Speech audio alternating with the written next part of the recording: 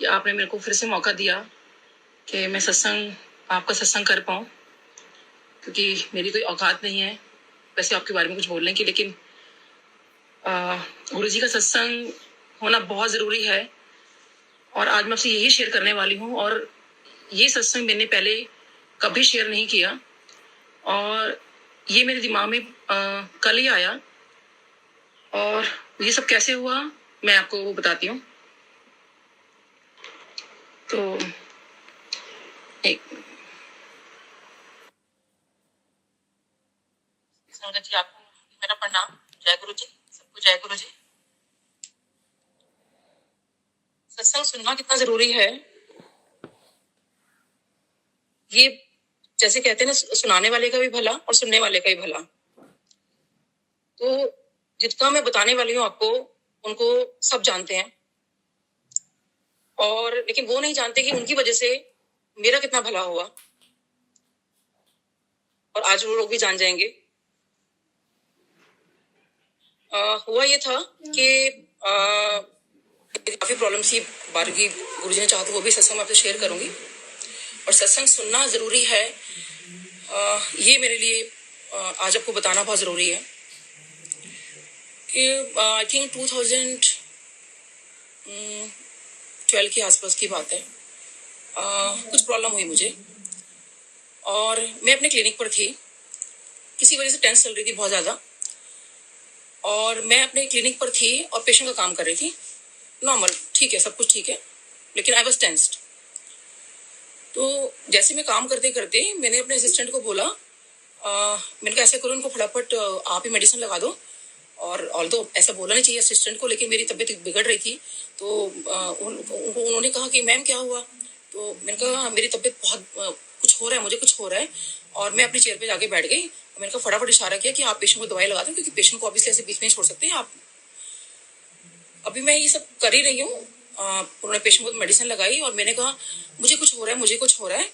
और जाके फटाफट ना जो पास में डॉक्टर है उनको बुला के लेकर आओ आप। तो वो जो मेरे असिस्टेंट है वो कहने लगे मैम लेकिन आप। तो मैंने कहा फटाफट डॉक्टर को बुला के लो, आपको नहीं समझ में आ रहा, मेरी तबीयत बहुत बिगड़ रही है।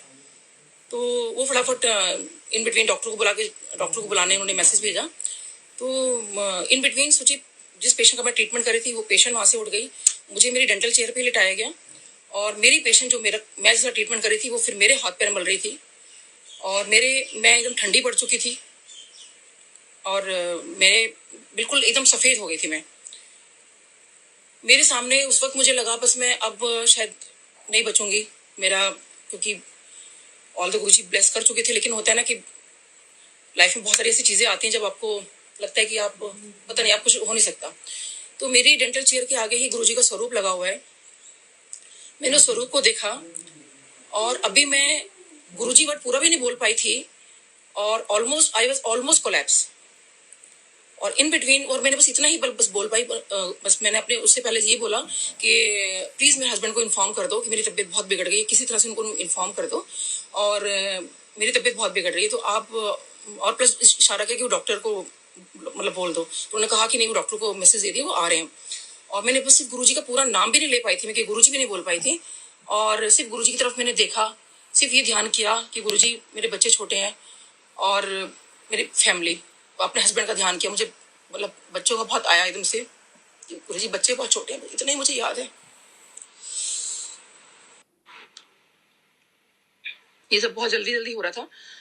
तो विदिन फ्रैक्शन ऑफ सेकंड वो डॉक्टर एकदम से कहते हैं कि वो स्टीरॉयड का कोई इंजेक्शन था। तो उन्होंने फटाफट वो कुछ बोला, तो मेरे को कुछ वेग सा ध्यान आया कि अरे ये तो मुझे स्टीरॉयड लगाने वाले हैं।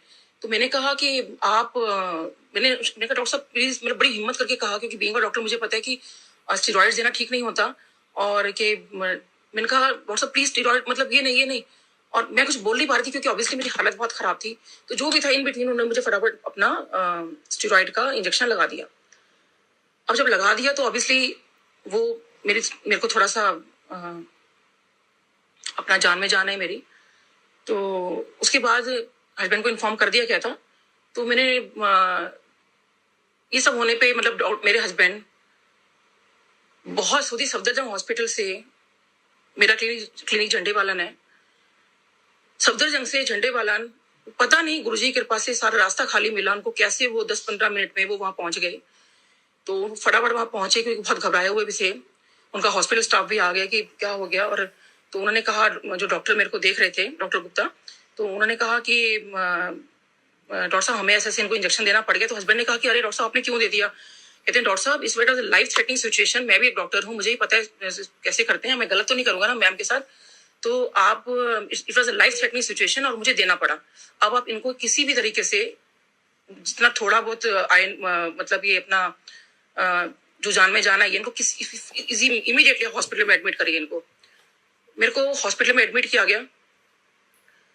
जब हॉस्पिटल में एडमिट किया गया तो मेरी तबीयत बहुत बिगड़ती जा रही थी। सम हाउ कैन एनीवे सारे डॉक्टर्स सफदरजंग के लग गए और मेरा ट्रीटमेंट शुरू हो गया।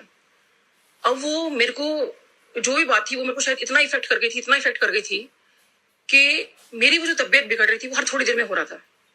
अब लेकिन हर थोड़ी देर में स्टेरॉइड तो नहीं दे सकते ना। तो एनीवे खैर उन्होंने किसी तरीके से ये हफ्ता 10 दिन मेरा काफी चलता रहा इस तरीके से।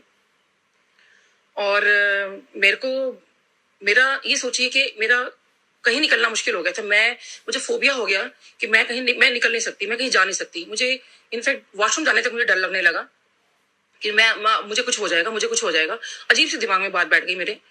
तो उसके बाद मैं बहुत डर गई। तो अब ये था कि मतलब क्लिनिक का काम कैसे होगा, मेरा क्लिनिक सफर करने लगा। तो ऑल्दो मेरे patients, I am really thankful to my patients. मैं अपने सारे पेशेंट्स को बहुत थैंक्स बोलती हूँ कि जिन्होंने मेरे को बहुत कोऑपरेट किया और आज भी वो कोऑपरेट करते हैं।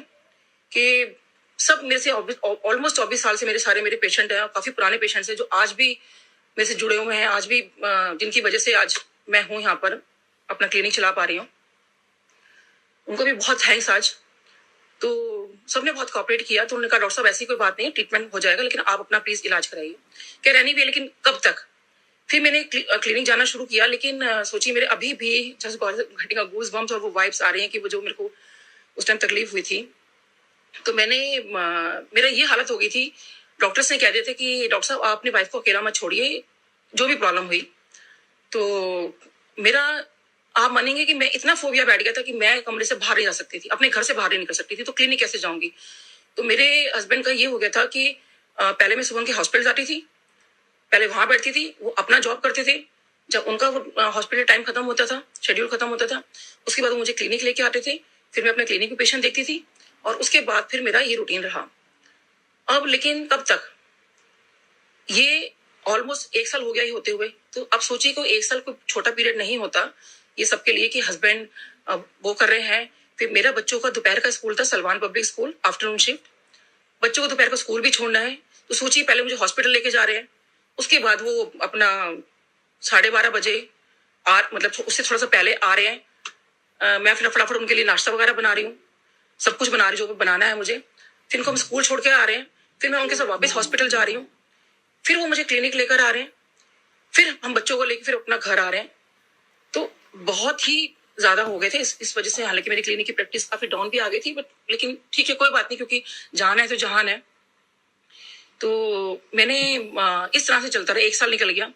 फिर डॉक्टर्स ने मतलब मेरे को, और रोज मेरी तबीयत इस तरह से बिगड़नी, मेरे हाथ पे ठंडे पड़ जाने और मुझे कुछ हो जाना। तो मेरे को वो कहने लगे भी आपकी वाइफ सीवियर डिप्रेशन में जा चुकी है। तो मेरे को एंटी डिप्रेशन दवाइयां भी शुरू हो गई। और सोचिए कि नॉर्मली एक एंटी डिप्रेशन आप एक दिन में लेते हो तो नॉर्मली आपको ठीक लगता है। मैं दिन में 3-3 बार ले रही थी और वो लेने के बावजूद ही मेरी तबीयत बिगड़ जाती थी। और उसके बावजूद ये होता था कि मैं मतलब मैंने चोरी छुपे भी ना अपने हस्बैंड को नहीं बताती थी, क्योंकि मुझे लगता था बस अब मेरी तबीयत बिगड़ने वाली है, क्योंकि इतना लंबा टाइम हो चुका था। तो मुझे लगता था कि ऑब्वियसली हस्बैंड परेशान ना हो रहे, मेरे बच्चे परेशान ना हो रहे। और तो मेरे फैमिली ने, मेरे इमीडिएट फ्रेंड सर्कल ने मुझे बहुत सपोर्ट किया उस वक्त। तो उन्होंने मुझे कुछ नहीं कहा किसी ने। और मेरे को लगता था उनको परेशानी ना हो, तो मैं एक एक्स्ट्रा टैबलेट ले लिया करती थी, जो कि मेरा सबको पता है कि एंटी डिप्रेशनल दवाइयां लेना गलत है, उनके साइड इफेक्ट्स होते हैं। तो समहाउ आई थिंक मुझे उसके भी साइड इफेक्ट्स कहीं थोड़े आने शुरू हो गए। 1 साल निकला, 2 साल निकला, मैं इसी चीज में होती रही। तो 3 साल तक सब चलता रहा। सोचिए कि इतना लंबा पीरियड मेरा निकला कि हस्बैंड, ये रूटीन कितना वो है कि मैं कहीं निकल नहीं सकती। तो ऐसे मेरे हस्बैंड ने कहा, डॉक्टर्स ने कहा कि डॉक्टर साहब ऐसा करिए कि आप अपनी वाइफ को थोड़ा बाहर घुमाने ले जाइए, क्योंकि हो सकता है कि हाँ इस माहौल में रह के और इस तरह से वो करके आप मतलब थोड़ा ठीक है, जैसे डॉक्टर से बोल ही देते थोड़ा बाहर ले जाइए। तो ये था कि डॉक्टर मेरे हस्बैंड ने कहा चलो ठीक है। तो हम लोगों ने LTC लिया, मेरे हस्बैंड ने, और हम लोग घूमने गए। तो जब हम लोग घूमने गए जा रहे थे, जब हम लोग प्लेन में चढ़ने लगे, तो जैसे मैं प्लेन में बैठी तो चलो थोड़ा खुश थी कि चलो बाहर जा रहे हैं, और लेकिन वो टेंशन फिर मेरी बनी हुई थी। गुरुजी से तो डेफिनेटली प्रे करते रहते थे हम लोग कि गुरुजी मेरे को ठीक करो, लेकिन समहाउ कुछ चीजें ऐसी होती है जब आपके दिमाग में फोबिया बैठ जाता है तो निकालना बड़ा मुश्किल हो जाता है। तो जैसे मैं प्लेन में बैठी मैं, तो हम लोगों को चारों को, आई थिंक बच्चों को शायद इकट्ठी सीट मिल गई थी, लेकिन हम वैसे हमें अलग अलग सीट मिली। तो मैं और घबरा गई कि मेरी तो तबियत ठीक नहीं है। तो मैंने कहा चलो कोई नहीं, एक ही प्लेन में तो बैठे हैं, कोई बात नहीं। और वैसे तो मैं चलो दवाई मतलब अपना सब कुछ मैंने ठीक किया। जब मैं प्लेन में बैठी जैसे, और plane it was about to fly, तो एकदम से मेरे को पता नहीं क्या बस दिमाग में जैसे चीजें ही बैठती है ना, तो मेरे दिमाग में बस ये बैठा कि अब ये प्लेन बंद है, इस प्लेन से ही अभी फ्लाई करेगा। जब ये फ्लाई करेगा तो मुझे अगर बाहर निकलना होगा तो मैं कैसे निकलूंगी, क्योंकि मैं तो बहुत डर गई थी कि मैं तो बताया ना वॉशरूम जाने से डरती थी, बाहर जाने से डरती थी। मेरे 24 घंटे 24x7 मेरे साथ कोई ना कोई रहा, ऑलमोस्ट 3 साल तक। और मैं अब जब प्लेन में जा रही हूँ तो मेरे दिमाग में एक और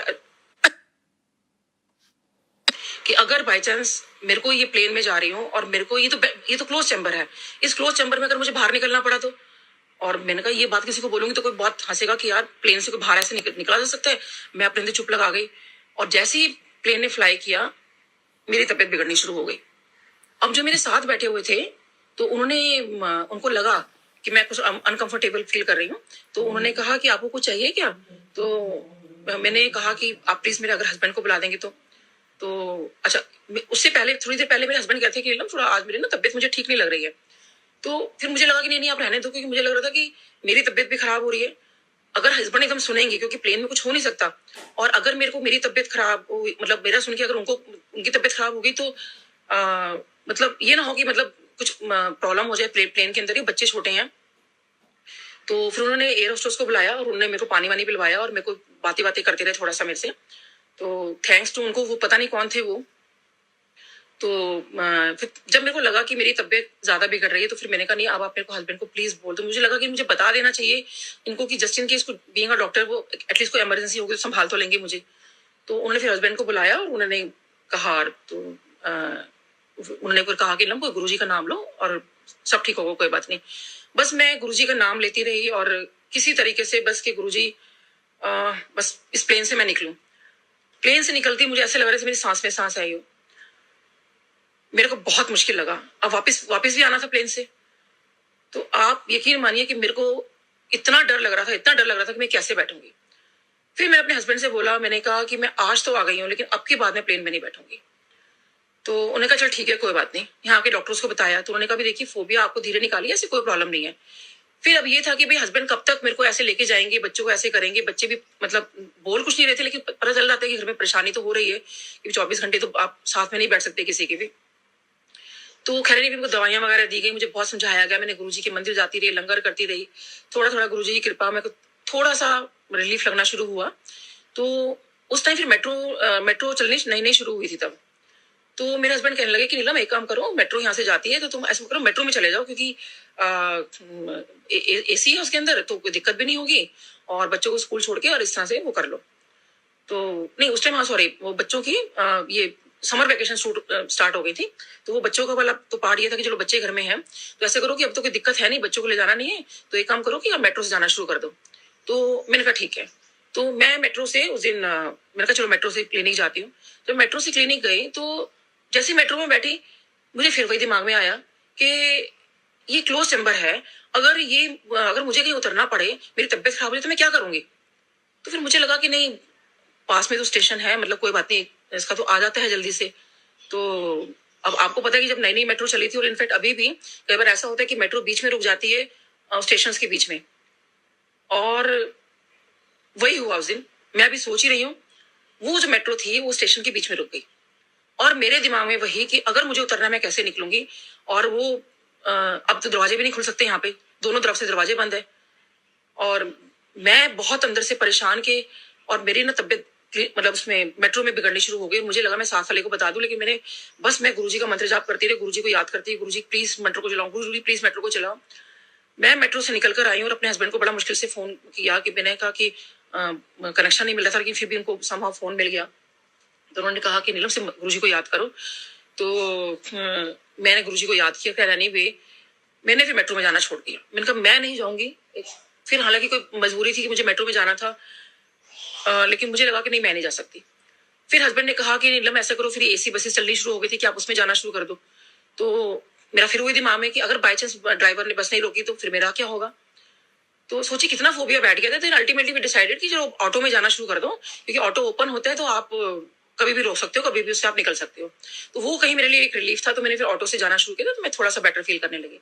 लेकिन देखिए ये भी बहुत प्रॉब्लम वाली बात थी कि अगर हमें कहीं जाना है तो हम लोग जाना मेरा मुश्किल हो गया था। फिर ऐसा हुआ कि फिर डॉक्टर ने शायद हस्बैंड को बोला कि ऐसा करो एक बार फिर आप इनको बाहर ले जाओ। तो मैंने कहा मैं किसी कीमत पे बाहर नहीं जाऊंगी, तो कुछ भी हो जाए। उन्होंने कहा नीलम कोई बात नहीं। तो मेरे एक ब्रदर है, ही कार्डियोथोरेसिक सर्जन। तो उनको मैंने फोन किया, मैंने कहा भैया मुझे ऐसे ऐसी प्रॉब्लम होती है। तो कहते कोई बात नहीं, प्लेन में चढ़ने से पहले तू मेरे से बातें करते रहना, डीप ब्रीथिंग तेरे को मैं करवाऊंगा, डीप ब्रीथिंग करना।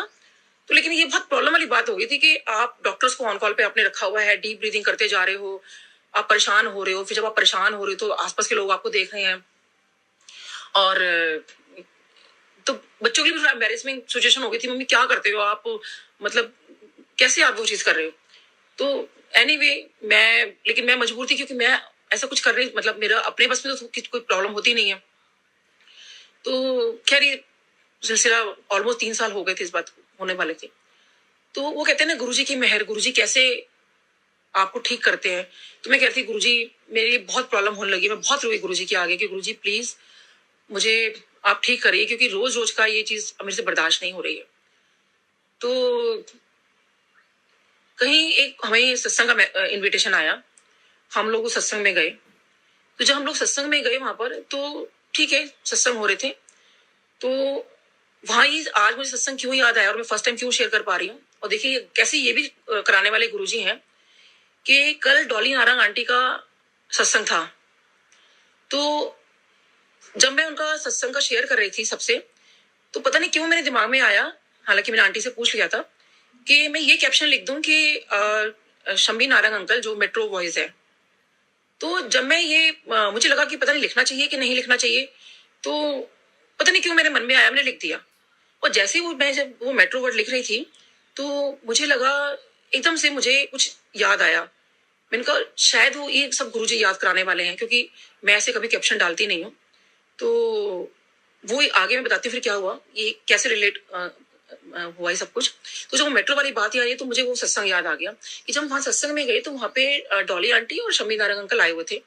तो जब वो आए थे तो ऑब्वियसली क्योंकि इतनी पुरानी संगत है और वो गुरुजी के सामने गाना गाया करते थे, तो वो यही बता रहे थे कि कैसे गुरुजी एक ब्रीफ केस पे उनसे बीट करवाकर और गाने बजवाते थे, बुलवाते थे। तो वो अंकल ने कहा, तो सबने कहा कि अंकल प्लीज आप यहाँ भी गाइए। तो उन्होंने कहा हाँ ठीक है, फिर मैं अपना ना ब्रीफ केस लेके आता हूँ। तो गाड़ी में ही ब्रीफ केस रखा था। तो एनीवे उन्होंने अपना वो ब्रीफ केस लेकर आए और अपना गाना उन्होंने बोलना शुरू कर दिया। अब क्योंकि ऑब्वियसली इन दोनों की इतनी प्यारी आवाज है, तो उन्होंने जब गाना शुरू किया तो ऑब्वियसली मैं आंख बंद करके मैं उनकी उसमें खो गई, जो वो गाना गा रहे थे aunty uncle. Thank you Dolly aunty and Shammi Narang uncle. अब आप सुनिए कि कैसे आपकी वजह से मेरा ये चीज हुई थी।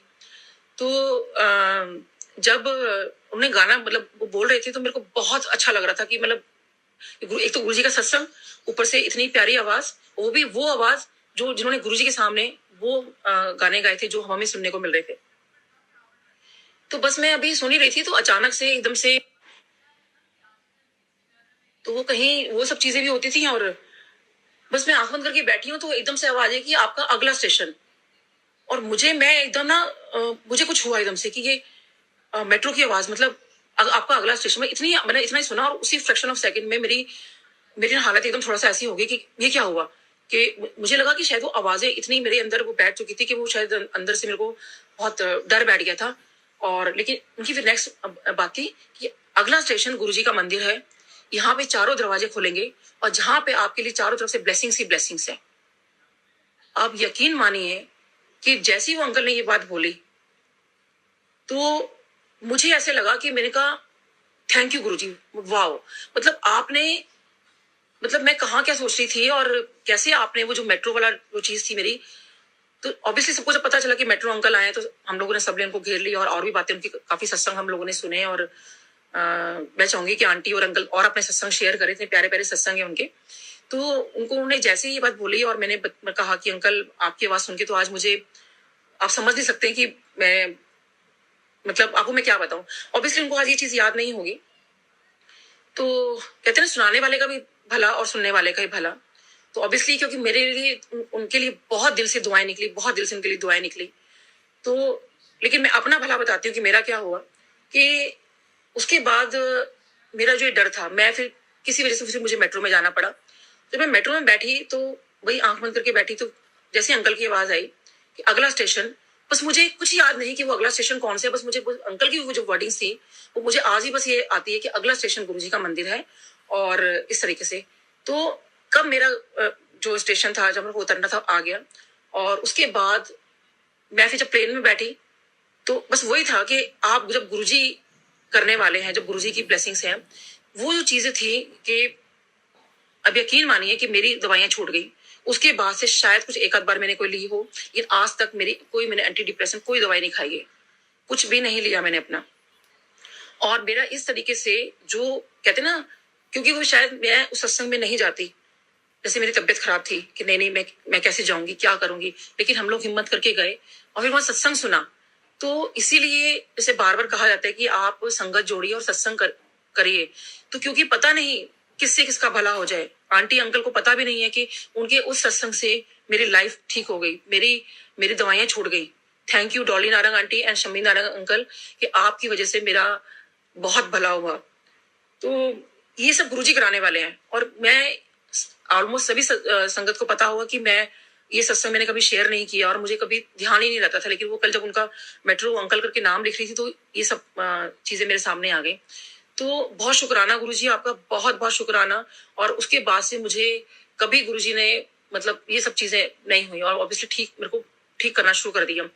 और मेरे को मेरे जैसे कहते हैं ना कि एक चीज और मैं कहना चाहूंगी कि यहाँ पर कहते हैं कि फेसबुक पे ऐसा मत करो, ये मत करो, लेकिन जिस वक्त मैं शायद बहुत अपने उसमें थी तो मेरी एक बहुत पुरानी फ्रेंड, बचपन की फ्रेंड, तो मेरा उसका किसी वजह से साथ छूट गया था। हम लोग, वो कहाँ है मैं कहाँ हूँ हमें खुद नहीं पता था।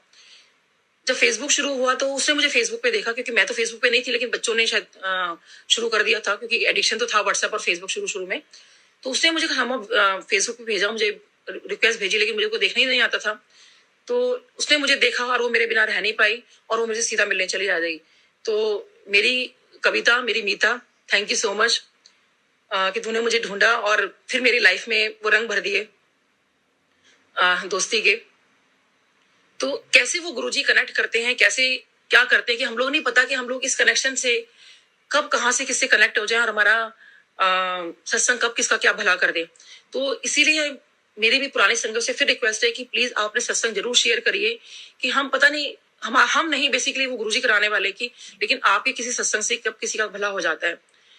तो ये मेरा, क्योंकि ये तो मैंने आपको सोची 3 साल का बहुत शॉर्ट में बता दिया, लेकिन आप सोच सकते हैं कि वो 3 साल का सफर मेरे लिए जो था, मेरी फैमिली के लिए बहुत इजी नहीं था।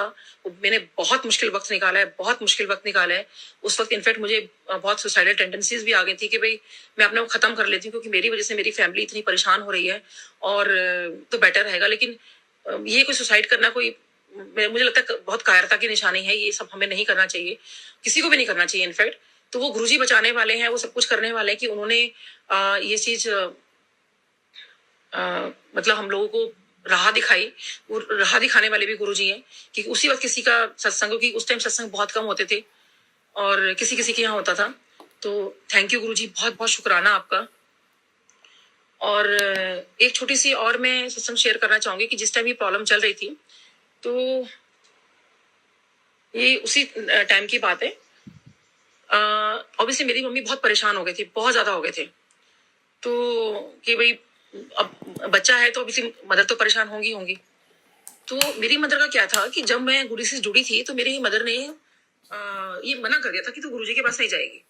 और मैं अपनी मदर की बात बहुत मानती हूँ, क्योंकि मेरी मम्मी की बात मेरे लिए पत्थर की लगी। तो मैंने कहा कि मम्मी ने मना कर दिया गुरुजी के पास जाने के लिए, लेकिन मैं तो जब गुरुजी के पास गई मुझे तो गुरुजी के पास जाकर बहुत एडिक्शन हो गया। तो मैंने कहा अब मैं कैसे करूं, क्योंकि अब मम्मी को भी नहीं डाल सकते, क्योंकि पेरेंट्स की बात को नहीं डालना चाहिए। तो अब मैं गुरु से प्रे करा, मैंने कहा गुरुजी आप प्लीज मेरी मम्मी को जोड़ो आप अपने आप से। तो फिर मैं मम्मी को बताती नहीं थी, मैं गुरुजी के पास चली जाया करती थी, क्योंकि बताऊंगी तो वो मना करेंगे और मुझे अच्छा नहीं लगता था। तो एनीवे जब फिर मम्मी का भी सत्संग सुनाऊंगी आपको कभी कि किस तरह से गुरुजी ने मम्मी को लाइफ दी। तो मम्मी ने कहा कि मम्मी फिर जुड़ गए थे बाद में, गुरुजी के पास गए, गुरुजी के दर्शन हुए, गुरुजी ने बहुत ब्लेस किया उनको। तो जब मैं ये मेरी सभी प्रॉब्लम चल रही थी तो मेरी मम्मी ने कहा कि एक दिन मेरी मम्मी का फोन आया। मेरी मम्मा कहती हैं कि नीलम मैं एक बात तो मानूंगी कि तेरे गुरुजी ना भगवान शिव का रूप है। तो मैंने कहा आप बोल रहे हो मम्मी ये बात, आप गुरुजी को ही मानते हो, यही बड़ी बात है, आप कह रहे हो कि गुरुजी भगवान शिव का रूप है, ऐसे कैसे? क्योंकि तब तक मुझे पता था भगवान शिव का रूप में, लेकिन मैं शायद क्योंकि हम लोग मैं ऑनेस्टली स्पीकिंग कि मैं उस तरह से गुरुजी को भगवान शिव का रूप तब नहीं मान पा रही थी। ऐसे मानती थी कि चलो हाँ ठीक है होंगे, लेकिन मुझे लगता नहीं भगवान शिव है, गुरुजी गुरुजी सॉरी गुरुजी। तो मेरी मम्मी कहते नहीं तेरे गुरुजी भगवान शिव है। मैंने कहा लेकिन मम्मी कैसे? तो मम्मी ने कहा कि नीलम एक बात है जो मैंने तुम्हें कभी शेयर नहीं की बचपन से। तो मम्मी ने कहा कि बचपन से क्या था कि मेरे को ना नाग देवता दिखाई देते थे, और मेरी मम्मी को बचपन से। तो जब भी वो नाग देवता को प्रे करती थी तो उनकी प्रॉब्लम जो भी होती थी, अगर तो वो नाग देवता उनके ड्रीम में आ गए तो वो प्रॉब्लम सॉल्व हो जाएगी और उनको पता है कि सॉल्यूशन मिल जाएगा। और अगर वो नाग देवता उनको ड्रीम में नहीं आए तो उनकी वो प्रॉब्लम सॉल्व नहीं होगी, ये उनके लिए इंडिकेशन होता था। तो ये उनकी अपनी बात थी, तो उन्होंने मुझे ये बात कभी शेयर नहीं की, और हम लोग इतने बड़े हो गए थे कभी भी शेयर नहीं की। तो उस दिन मम्मी ने ये बात मेरे को शेयर की, तो कहती है कि नीलम जब तू बहुत परेशान थी और ये सब हो रहा था तो मैं बहुत रोई कि भी मेरे बच्चे को गुरुजी आपके पास इतना जाती है, सब कुछ करती है, उसके बावजूद आप मतलब मेरी बेटी इतना प्रॉब्लम में क्यों है, वो उसको आप ठीक करो। तो कहती मैं रात को मैं सो गई, जब मैं सोई तो मैं क्या देखती हूँ कि और जैसे उस सोची मतलब आती थी कि जो दो नाग देवता हैं वो उनके ड्रीम में आएंगे। तो वही हुआ कि दो नाग देवता जो उनके बचपन से आ रहे थे, वो जो उनके थे उनके ड्रीम में आए। तो उनको उसके बाद वो नाग देवता जो कहती हैं, और वो जो आए वो बड़े मंदिर से निकल कर आ रहे हैं, और बड़े मंदिर से निकल कर आ रहे हैं। तो वो कहती पूरी ये मुझे भी पहली बार दर्शन हो गए तेरी वजह से, तेरे गुरुजी की वजह से, कि वो जो नाग देवता है वो चेंज हो जाते हैं भगवान शिव के अंदर। और मैं एकदम से देखती हूँ क्योंकि इनको तो मैं बचपन से देख रही हूँ। अच्छा, ये क्योंकि भगवान शिव को ही माना जाता है कि नाग देवता है, तो भगवान शिव वो बन जाते हैं, और वो भगवान शिव का रूप जो है वो गुरुजी का रूप बन जाता है। तो मैंने कहा मम्मी आपको ऐसा ड्रीम आया, मतलब आप बिलीव करते हो ये सब? तो लेकिन मम्मी कहती है कि नीलम सुन आ गए। और उसके बाद मैं कहती है गुरुजी ने मुझे बोला कि हाँ बता क्या। तो कहते हैं कि गुरुजी मेरी दो ही प्रॉब्लम है, कि एक मेरी छोटी बेटी की मैरिज नहीं हो रही है, और मेरी बड़ी बेटी जो है वो इतनी प्रॉब्लम के अंदर है। तो गुरुजी ने कहा उसको बोल दो नीलम को कि मेरा उस पे आशीर्वाद है, वो मेरी बात मान लो, क्योंकि जब तुम गुरु की बात नहीं मानोगे तो फिर मेरा आशीर्वाद हट जाएगा। तो इसलिए गुरु की बात मानो और उसको बोलो कि जैसा मतलब वो सब बातें वो ना करे जो वो कर रही है, ठीक है? तो वो सब बातें मैंने कहा मैं गुरुजी, मैंने कहा मम्मी मैं क्या कर रही हूँ ऐसा? मम्मी कहती तू डर क्यों रही है, तू फोबिया क्यों बिठा के बैठी है, तो अपने दिमाग से फोबिया निकाल। तो मैंने कहा मम्मी मैं कैसे निकालूं? कहती ये तो गुरुजी ने बोला कि तू अपने अंदर से फोबिया निकाल। तो मैंने कहा मम्मी मेरे से नहीं निकल पा रहा। तो यही सब इन बिटवीन था कि मेरा सत्संग में जाना हुआ, कैसे मेरा वो गुरुजी ने फोबिया निकाला। मैं बहुत रोई, मैंने कहा नहीं गुरुजी अपना हाथ मेरे सर पे हमेशा रखना। तो फिर लेकिन डर लग जाता है ना कि गुरुजी आपने मेरे सर पे हाथ रखा हुआ है कि नहीं रखा हुआ, तो और आपने मेरा हाथ पकड़ा हुआ है कि नहीं पकड़ा हुआ। तो सोचिए इस पे भी कैसे गुरुजी ने मुझे काउंटर कंफर्म किया कि गुरुजी ने मुझे दर्शन दिए, और गुरुजी बैठे हुए हैं, गुरुजी का पिंक कलर का चोला था, और उसमें कुछ फ्लावर्स के वो था, बूटी थी, तो उसके अंदर और गुरुजी ने मेरा हाथ अपने हाथों में ले रखा है। तो मैं उस दिन बहुत रोई। मैंने कहा गुरुजी इससे ज्यादा मुझे आप क्या विश्वास दिलाओगे कि जैसे अभी भाटी अंकल ने बीच में बोला कि जब रब हाथ पकड़ लेता है तो उसका कोई हाथ छुड़ा नहीं सकता, उसका कोई बिगाड़ नहीं सकता। तो मेरे गुरुजी ने मुझे पूरा साक्षात रूप में आके वो चीज कर दी। और आप सबसे सोचिए उसके जब मैं सो के उठी, आप यकीन मानिए कि जैसे ही मैंने फेसबुक खोला, फेसबुक पे मुझे नहीं पता वो किस आंटी का हाथ पकड़ा हुआ है, लेकिन मेरे सामने वही फोटोग्राफ थी, वही चोला जो मुझे ड्रीम में दिखाई दिया था, वही गुरुजी ने पहना हुआ था, और एक हाथ ऐसे पकड़ा हुआ था, और कि देख वो ड्रीम कोई तेरा ड्रीम नहीं था, वो मैंने ही तेरा हाथ पकड़ा है। और वो तो खैर गुरुजी ने मुझे अपने फिजिकल फॉर्म में इतनी बातें बोली थी। और एक बार मेरे को गुरुजी ने जब उस दिन मैं आपको वो 2 अक्टूबर वाला सत्संग सुना रही थी, जब गुरुजी ने मेरे से रात को बहुत बातें की, जब हम आधी रात तक वहां गुरुजी के यहाँ थे, तो गुरुजी ने मुझे एक बात और बोली थी कि अब तो हुन वेखी तेरे नाल की होता है। तो मैंने कहा गुरुजी क्या? तो क्योंकि क्यूरोसिटी तो होती है ना कि गुरुजी क्या क्या होगा। तो कहते तू हुन वेखी जा। मैं कहा गुरुजी क्या? कहते तू वेखी जा। बड़ा बहुत स्माइल किया, कहते तू वेखी जा तेरे नाल की होता है। तो तब से मैंने लाइफ में अब ये नियम बना मतलब कर लिया है, मेरी लाइफ में अच्छा हो बुरा हो कुछ भी हो, बुरा वो कर नहीं सकते और बुरा कभी होने नहीं देंगे। तो जब उन्होंने एक बार साक्षात रूम में फॉर्म में मुझे ये बात बोल दी है कि वेख तेरे नाल की होता है, तो करने वाले फिर वही है ना, और वो संभालने वाले भी फिर वही है। तो जो हो रहा है वही करेंगे, और जो कुछ होता भी है तो वही मुझे हर चीज से बचाएंगे, और जो कि मुझे गुरुजी ने बचा। थैंक यू गुरुजी, बहुत बहुत शुक्राना आपका। और मेरी जस्ट एक बीइंग अ डॉक्टर रिक्वेस्ट कि जिस तरह से कोरोना का बहुत ज्यादा